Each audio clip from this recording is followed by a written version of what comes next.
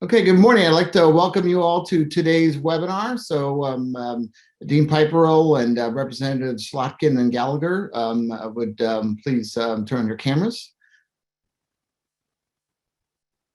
So this is our event on defense supply chains, and so I'm going to turn it over. In the interest of time, I want to turn it quickly to Dean Piperl, who's for a brief welcome. Thanks so much, Jerry. Yes, welcome and good morning, everyone. My name is Maury Piperl. I'm the Dean of the School of Business here at George Mason, which is, of course, a university of the Washington, D.C. region.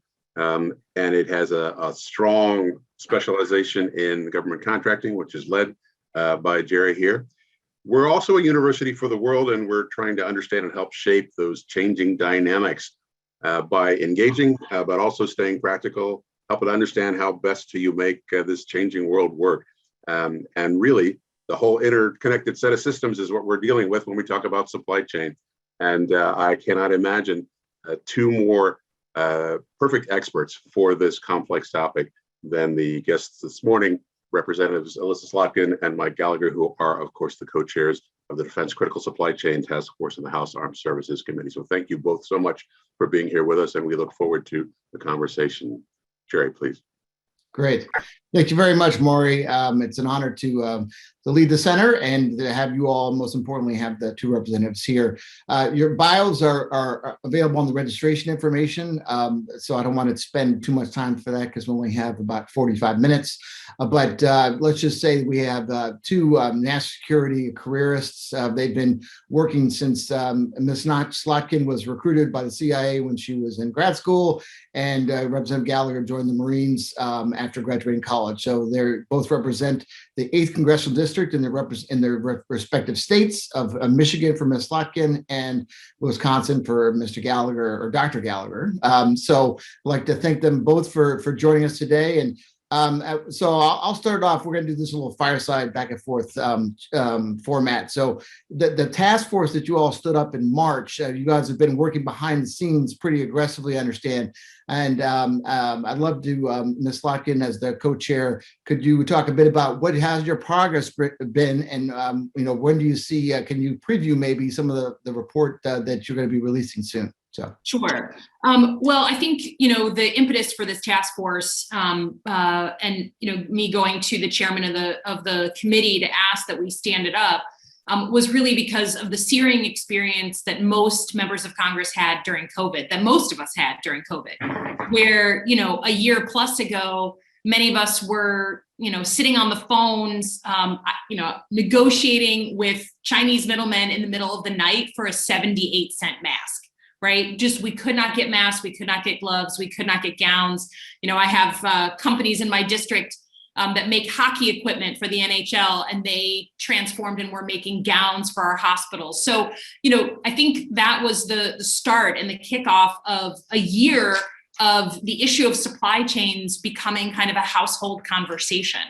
And it wasn't hard, after looking at, in sort of a crisis mode at things like our national stockpile, to start asking the questions that our commercial companies were already asking, which is, what's in my supply chain? Where am I vulnerable? Where are there spots where I could be tripped up in a major way?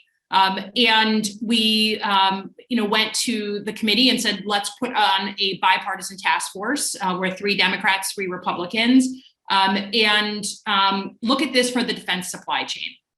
We've had 9 sessions. We meet every week.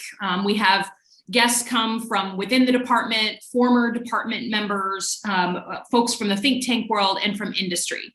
To talk to us about a number of things. We wanted to take a couple examples of key things like microchips, where we know we have vulnerabilities, right? I represent 2 GM factories, one of which is currently shut down because we can't get a 14-cent microchip to finish our cars.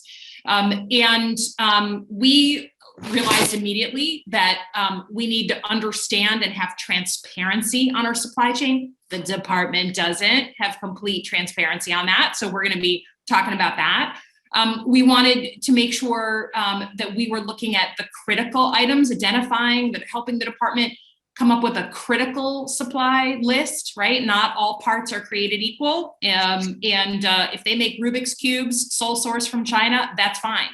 But microchips or other things is a different type of problem. And then we really focused our report on legislation. There's a lot of 300-page reports that get written in Congress, all over the government, and a few staffers will read them and we'll all feel good about ourselves. But our tool set in Congress for Representative Gallagher and I is legislation in this year's NDAA. So we agreed that we would come up with a whole series of amendments for this year's NDAA, which I know Mike and I will talk about or preview throughout our time together today.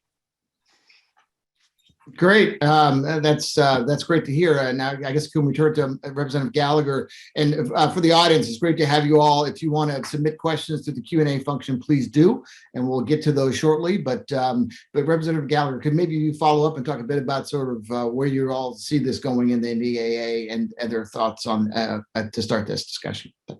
Sure. Well, first, thanks, Jerry, for having us here, and thanks to Elissa for her constant partnership and leadership throughout this process. I was fortunate enough to lead an outside commission on cyber policy with Senator Angus King over the last 2 years. And what I really appreciated about that process was you could have dropped in to any one of our dozens of meetings and really, with the blindfold on, had zero idea who the Republicans were and who the Democrats were. It was a very nonpartisan conversation. And the same is true about the supply chain task force. So over the course of now 4 months, if you'd listen in on to any one of our sessions, rather than all the partisanship that dominates the headlines in Congress, you would have seen 8 members who didn't care about credit, didn't care about party, who just wanted to fix this very real issue that Elissa described that the pandemic exacerbated. And that's a testament to her vision for the committee and the commitment of the members of it as well. And as we head to a markup of NDAA, I think we're going to have a great set of recommendations that will roll out. And as Elissa alluded to, our approach was simple. There's been a ton of work in this space already. We didn't need to reinvent the wheel. We didn't need to write another super long report that no one will read. Rather, our competitive advantage as sitting legislators was to connect these ideas to the legislative process, really having a set of recommendations that are geared towards action in this NDAA cycle. So, we're not suggesting we're going to fix the entire DoD supply chain issue overnight, but we're going to start to push DoD in the direction of having the right processes in place to identify, assess, and mitigate risks, so that DoD can obtain visibility down multiple tiers into the supply chain, so that we can start to take appropriate action to reduce dependency on China, in particular, our defense supply chain, particularly as we consider a potential conventional conflict with China. I know that's sort of a low probability scenario, but it's our highest stress scenario such that it makes sense to plan against it. What will we actually need in the event of a Taiwan scenario? What are we very vulnerable on? And I always go back to the moment that was a wake-up call for me is when the Chinese Communist Party started to threaten to shut down the export of advanced pharmaceutical ingredients to plunge us into a sea of coronavirus. That's unacceptable. And I'm really proud to be part of this effort and looking forward to rolling out our official report here soon. Great. The White House also, I think they launched the America Supply Chains Executive Order back in February, and they recently put out their 100-day review, which talked about specific supply chain areas, microelectronics, Representative Slotkin, and a few other areas. So, how did you all find that report? Did you find it mutually reinforcing your efforts, or at odds, or could you comment on that, please? Yeah, I think, this is to Mike's point, we've had so many reports on supply chains, right? Supply chains have become sexy in the past year. So those of you who have done it for a long time, congratulations, you're in a really hot field now. I think that the White House report, it's largely consistent with a lot of the recommendations that we're going to make in our report. But it's an initial strategy, like any 100-day report, it's top level, and now we need to complete the work. And I think the way that our task force is complementary is to take that spirit coming out of those reports and so many others, and actually drill down and push the department a little bit, right? Mm-hmm. So for us, there is, just in sort of treating supply chains and supply chain security as a strategic priority is different for the department, right? That's something that, prioritization is always really important, and pushing the department to have a, risk assessment framework to think about supply chains. That's something that we talked to we had the Deputy Secretary of Defense, Kath Hicks, come and talk to us and had a really productive session to hear their feedback on our recommendations and coming up, prioritizing it enough to come up with a framework. And then how do you gain that transparency, right? What is the process for a huge department to not silo itself and just do one little corner of the department, but to understand supply chains as a corporate approach, I think is something that we've really seen from companies like GM and otherwise. We know we have to reduce our reliance on China, but also just other single source countries that are providing us that one piece that's critical.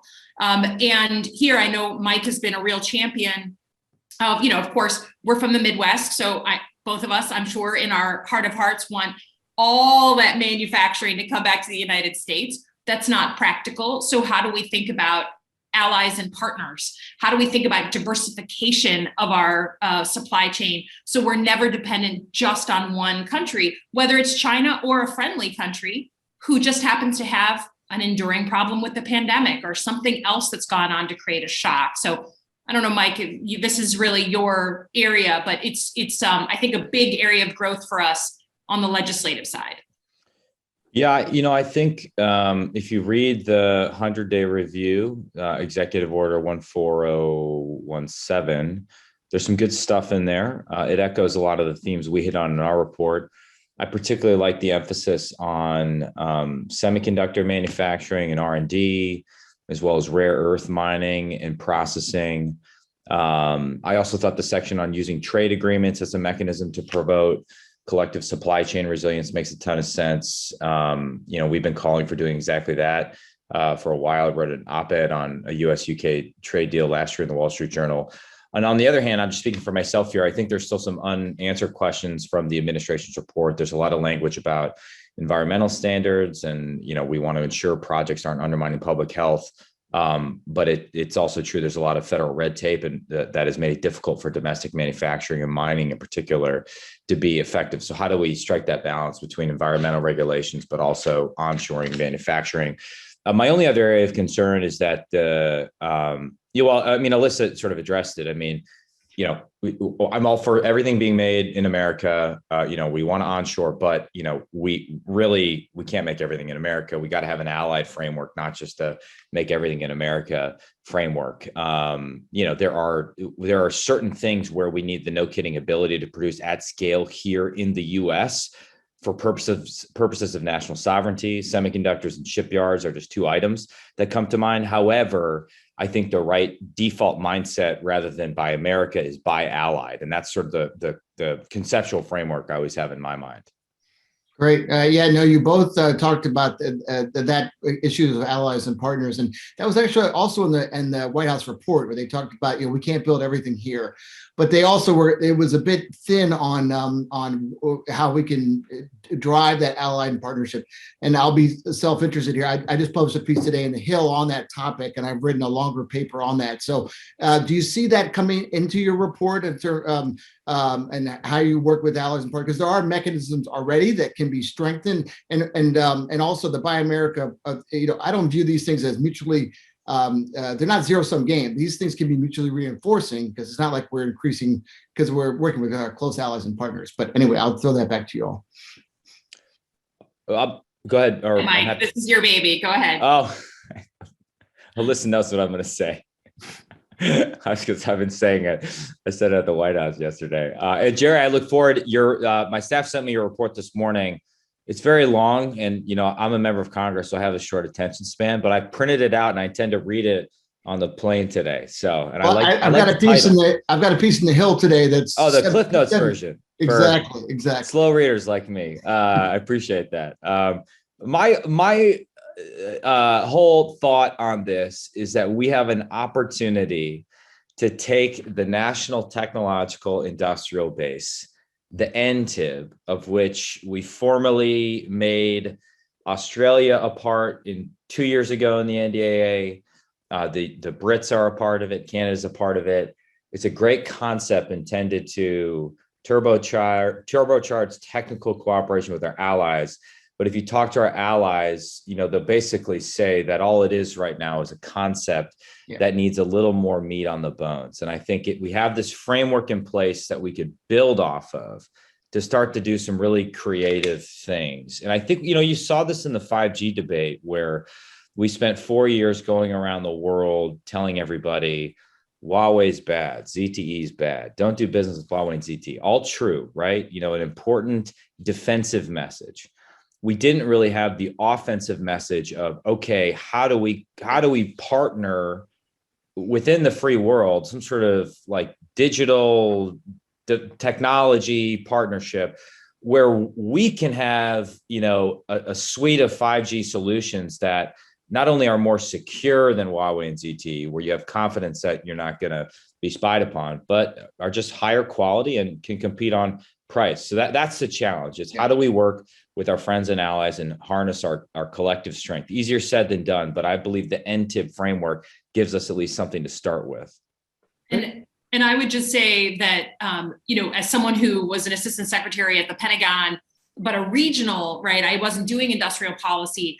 We have meetings, formal and informal, with our allies and partners on every topic in the world, but not enough on supply chains, right? Every country that we're allied with has the same problem.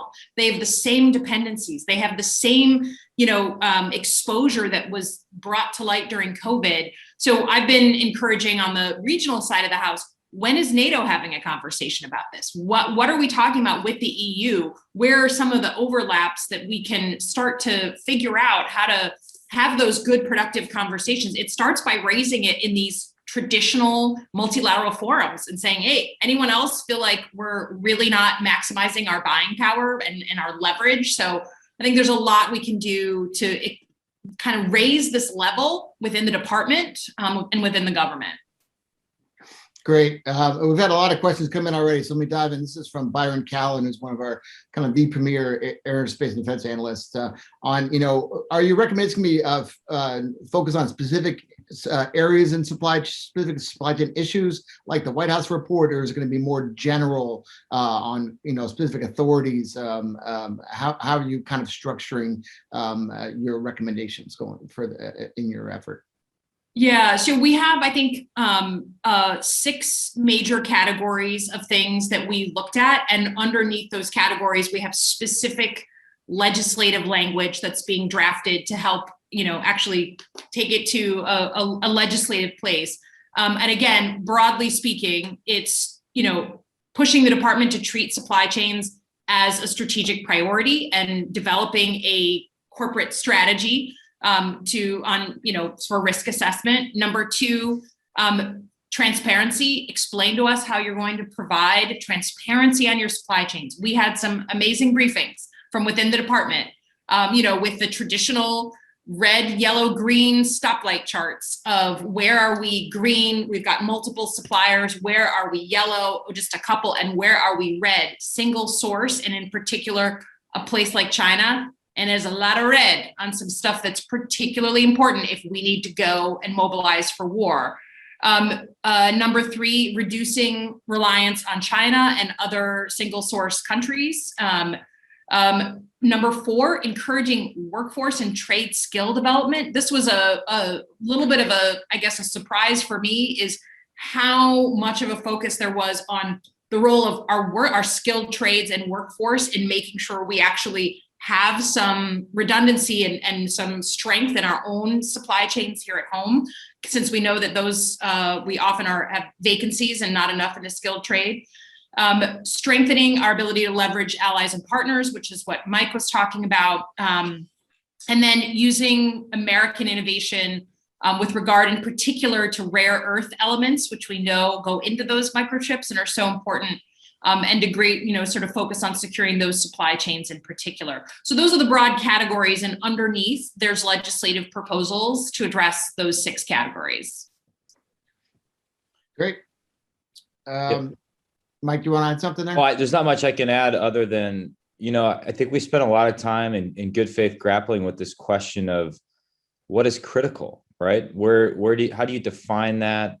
What is the limiting factor? I mean, if everything's critical, nothing is. And, there's probably no perfect way to define the limit. But, I think what we're focusing on in the report with semiconductors and critical electronic components, rare earths, energetics, and APIs is at least a starting point for how we might, really think about what is most critical. But that's a difficult balance to strike, I think.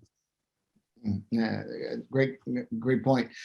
You both talked about the sort of transparency in the supply chain, or sometimes the term is supply chain illumination. And one of the challenges there is, you've got some proprietary supply chains and that the government can't see, and even primes don't see as well.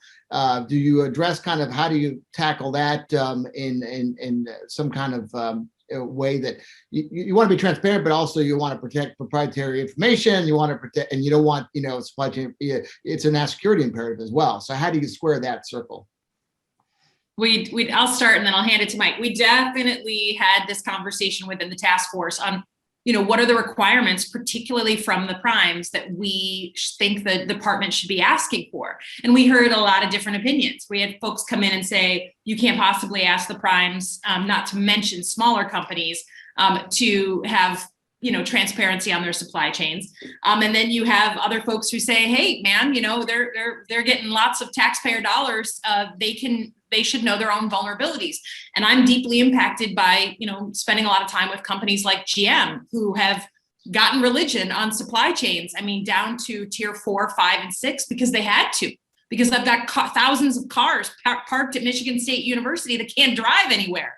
So I think we certainly grappled with that issue.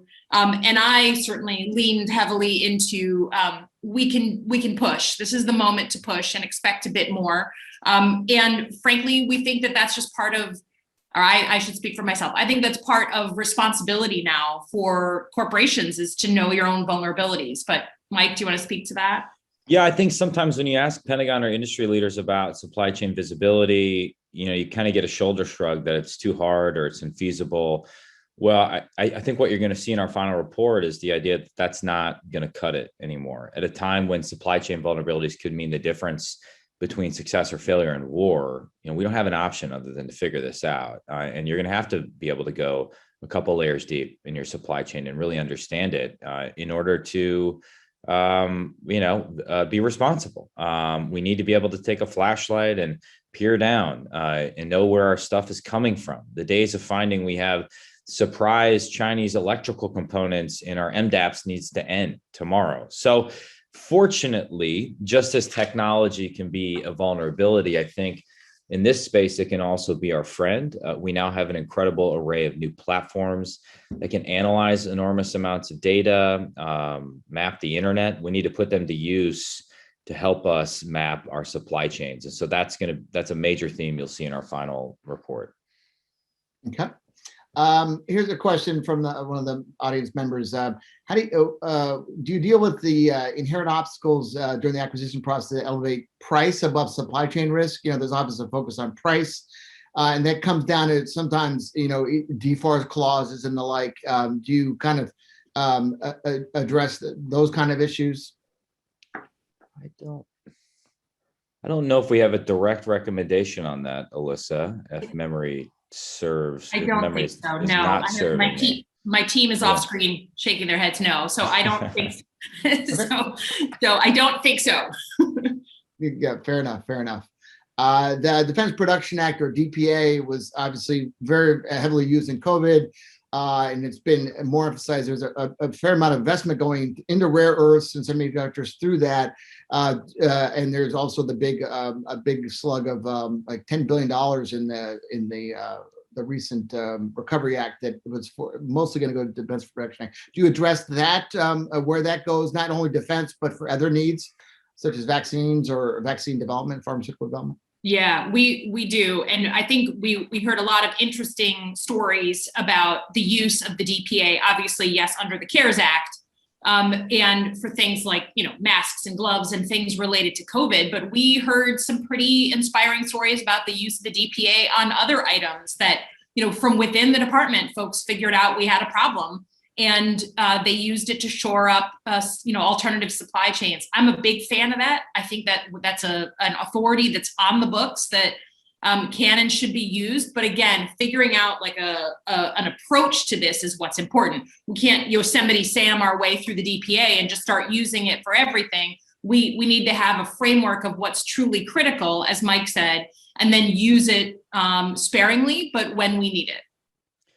Yeah, I think a consistent theme that we heard was that the federal government has a lot of critical authorities that it could put to use to help secure supply chains already, but sometimes they sit unused. DPA is very powerful. One tweak we heard about was the potential for a general transfer authority that would permit the transfer of funds from defense and non-defense agencies into the DPA fund in order to address emerging supply chain vulnerabilities. I think looking at tweaks like that make a lot of sense, even as we push the DoD to better utilize the existing statutory authorities it already has. On the question of rare earths, to bring it back to my pet theme of allied cooperation, I tend to think there's some opportunities. Australia has a lot of rare earth mining, but it's dependent on exports to China, something that the CCP has already exploited over the course of the pandemic. If across the free world, everyone started buying more rare earths from Australia, less from China, and maybe we built the processing capability here in the US, well, in my opinion, everybody would win. The free world would get a more stable source of supply.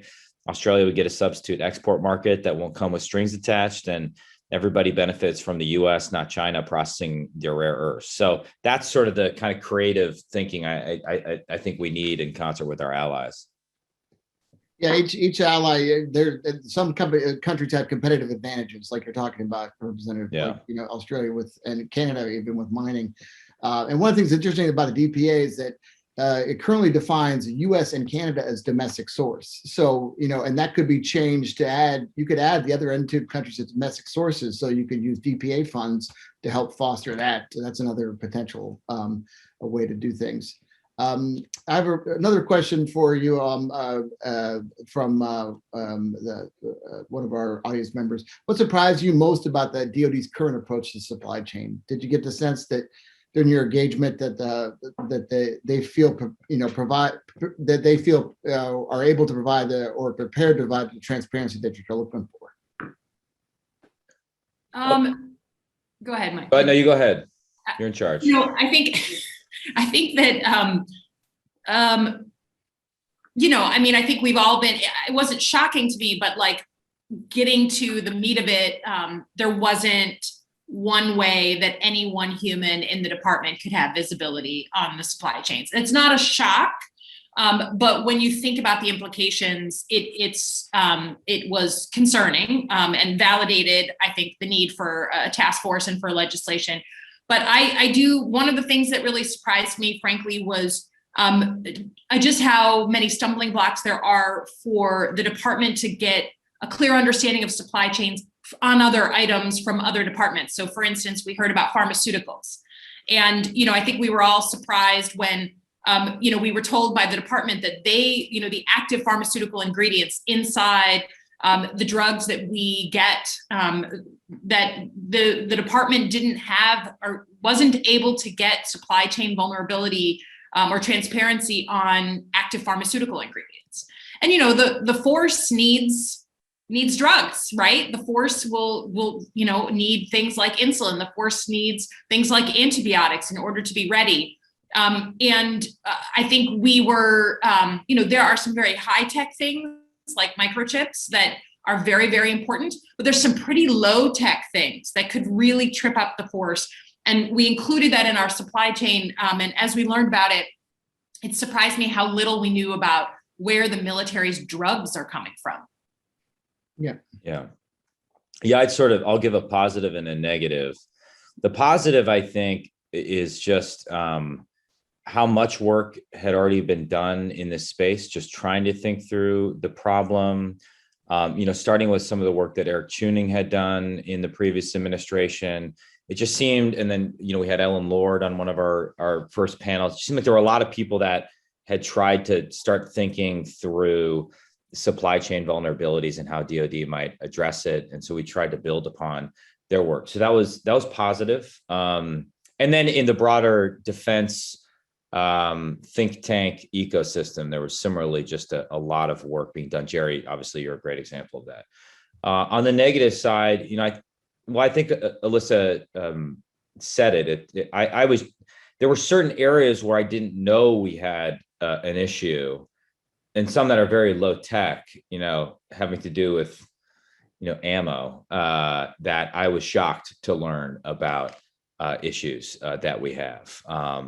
And again, this gets back to the fundamental wake up call we all had, a year and a half ago, where, Elissa talked about her experience. I was in my basement in March and April, just getting calls about, we can't find any reagent for testing. And I'm like, what's reagent? And it's like, who makes it? And, it's just, you start to realize that after, 30 years of relentless globalization, we're far more vulnerable than we had appreciated prior to a global pandemic. Actually, and I think that's a very, very strong point. So, what role can Congress? Is another question that Kim's coming. What role can Congress play to incentivize businesses to adopt greater enthusiasm for Scrim? Supply chain risk management as part of their kind of their overall corporate guidelines. Interesting. I would say, go ahead. I would just say, it got passed around a bunch of our teams, but there was a newspaper ad that was, I think, in the Washington Post. And it was like, an ad targeted at commercial companies saying like, do you know where your supply chains, do you have transparency on your supply chains? Better find out before you're hauled in front of Congress and, have to talk in front of it was like a perfect ad for what we were trying to get across, which is like, you don't want to be the guy who's in charge of a company and suddenly, you're tripped up because you just didn't know that you were so dependent on China or somewhere else for an item. I think this starts with us putting in some specific language about what we expect from defense contractors, right? What we expect if you supply the Defense Department, and like we see in lots of aspects. Once you start to push that for folks who are securing government contracts, I hope that it would demonstrate to others that this is kind of the way that we're moving. I think a lot of these companies are going there anyways, because like I said, if you're a big company over the past year and a half, you have thought about your supply chain, but it's just drilling it home that, this is sort of a new expectation. It's like cybersecurity. 30 years ago, that wasn't an expectation. And what company these days doesn't understand that they need significant investment in their own cybersecurity? I think the supply chain aspect is coming, and we will put in some language to reaffirm that. I agree with all that. I think one, important and sort of big picture area where Congress can play a role here. Well, I guess what we don't want to happen is for the regulation of supply chain security to vary wildly depending on who occupies the White House or is the Secretary of Defense. And therefore, industry is scrambling every 2 to 4 years to understand what the heck they're supposed to do, right? And so Congress can, by approaching this via legislation, provide a more permanent framework that I think would provide the private sector with a lot of predictability that they would not have were it otherwise just left over up to the whim of executive branch bureaucrats and political appointees, if that makes sense, which is why I think it's important to have a task force like this, and important for this task force to be geared towards actual legislative action in the NDAA, rather than just a new white paper being written every 4 years when new people come into the Pentagon. Yeah, fair enough. I'm just saying that to lay down a marker when Secretary Slotkin is in charge of DoD, and I can say, see, you passed this law 3 years ago. You can't disagree with it. So you all both talked a lot about kind of allies and partners and how do we get them more involved. But some of this goes, there's also an approach of the current administration and with the prior administration on Buy America, the executive order, they've stood up an office. And so these things, how do you address that in your report? I mean, it can be a thorny issue that's really cuts across both sides of the aisle. It's not really a partisan either way. But how do you, if you address that in the report, can you discuss that and, or where do you see a way forward? Want to start, Mike? We talk about Buy America, particularly in our description of our fifth roundtable, about just sort of the impact Buy America has on our allies making difficult domestic decisions. It's very tricky. It's very thorny. I myself have been at the center of a few Buy America fights related to shipbuilding, and some of the nuance that's required to define Buy America. So I think it's fair to say you're not going to see an overly prescriptive set of solutions on Buy America. You'll see a respect for the complexity of Buy America, and then certainly an attempt to advance the ball down the field, to use a football metaphor, in the direction of a Buy Allied framework, or what was the phrase that the Pentagon used in our last briefing, a ally shoring framework. Yeah, and I would just say, because I'm sure there's some real supply chain nerds who are watching this presentation. The memo that was put out through OMB, I would say about a month ago, that called on all federal government departments and agencies to relook their waiver process on Buy American requirements. Super wonky, super important. I'd actually written the White House about this because in the department, we tend to Buy American whenever we can, and we have a whole industry around it. But if you're HHS, National Institutes of Health, you name it. If something is more expensive, you just ask for a waiver and OMB would give them a waiver. And I think one of the things that we now look at is it may be worth paying a few extra pennies for something if I know I can have constant supply of it and I can control it. So that for anyone looking at what I think could be the biggest leap forward on actually having the federal government Buy American and incentivizing new markets because of it, it's that wonky memo from OMB. So a question here has come in that I think is right on. A lot of metals and materials that U.S. faces shortages are in minor metals and volatile markets, gallium and some of the rares that, Mike, you've been talking about, Representative Gallagher. Could you see, and you had mentioned stockpiling authority in your discussion, could you see the U.S. government leveraging the stockpiling authority to provide more security of demand or security supply for potential domestic producers and stimulating supply? Do you address that in your report? I don't think we address the stockpiling of metals and that kind of thing. What I think, I certainly was super interested in is the authority that we already have through DLA that allows the Pentagon to keep manufacturing lines warm. We provide a certain amount of money every year through the NDAA. It's a quiet little line item for DLA so that, for instance, body armor, we keep an extra couple of lines warm, because if we need to go to war and we need those to surge, we can't be creating new manufacturing lines in real time. So I was super interested in that authority and what we might be able to do with that authority on other items. I don't think we talked about stockpiling, but Mike, correct me if I'm wrong.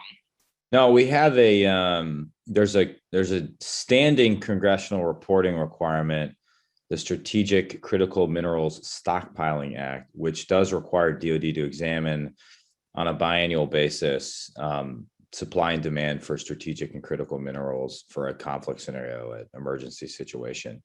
So the goal is to just make sure DoD has an economic model and an analytical team in place to assess risk in that area. And our interest is ensuring that DoD is actually doing that analysis is informing an actual plan.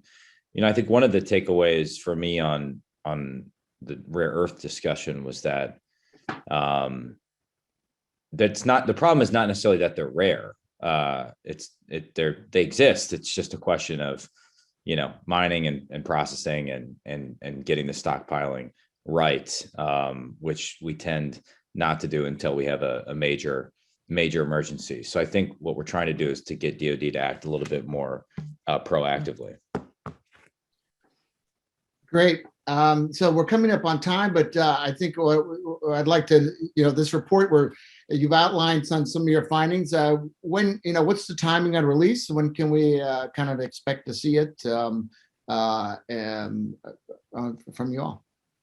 We're expecting to put it out in July. We've like I said, we had sort of our final session was bringing in the Deputy Secretary of Defense to hear directly from her about their feedback on the legislation. Our goal was to not create legislation that didn't work for the department.